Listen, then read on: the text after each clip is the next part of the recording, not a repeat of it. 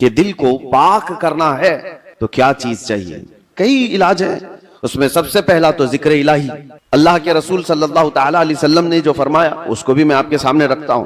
پہلے ہم چل رہے ہیں کہ اسلام میں ہر چیز کے پاک کرنے کا طریقہ بتایا گیا۔ کپڑے پر اگر نجاست لگ گئی تو پاک کرنے کا طریقہ ہے۔ نجاست پیشاب پخانہ کسی بھی چیز کی غلاظت لگی ہو تو اس کو پاک کرنے دھلنے کا طریقہ ہے۔ کپڑے کو 3 بار دھو اور 3 بار نچوڑو، اچھے سے سکھاؤ، کپڑا پاک ہو جائے۔ برتن میں نجاست لگ جائے تو اس کے پاک کرنے کا طریقہ ہے۔ اگر پانی کی بالٹی میں کوئی نجاست گر گئی اس کو پاک کرنے کا بھی طریقہ ہے۔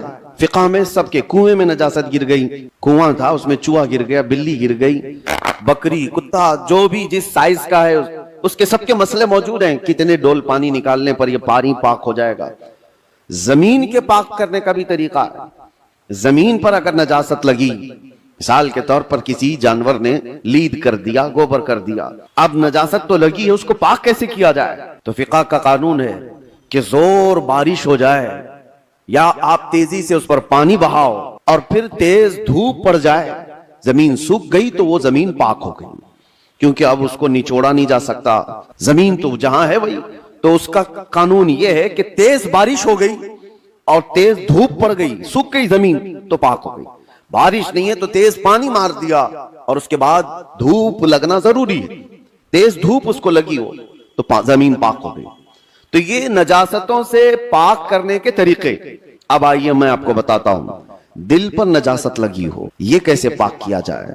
گناہوں کے دھبے لگے ہوں، اس میں نہ جانے لالچ، غیبت، کینہ، بغض، عداوت، نہ جانے کیا کیا چیزیں بھر گئی ہوں، یہ نجاست پاک کرنے کا طریقہ کیا ہے؟ مولانا جلال الدین رومی مثنوی شریف کے مصنف فرماتے ہیں دل کو پاک کرنے کا طریقہ ویسی ہے جیسے زمین کو پاک کرنے کا طریقہ ہے۔ زمین کو پاک کرنے کے لیے تیز بارش کا ہو جانا اور تیز دھوپ کا پڑ جانا کافی ہوتا ہے کہ زمین پاک ہو جاتی ہے۔ دل کو پاک کرنے کے لیے ذکر الہی کی بارش ہونا چاہیے اور کسی شیخ کامل کی تیز نگاہ پڑنی چاہیے، دل پاک ہو جاتا ہے۔ ذکر الہی کی بارش ہو تو پانی کی طرح اس کو دھل دیتا ہے، اور اس کے بعد کسی شیخ کامل اللہ والے کی نظر اس پر پڑے تو پھر اس کا دل اسی طرح سے سوکھ کر کے پاک ہو جاتا ہے جیسے زمین پاک ہو گئی۔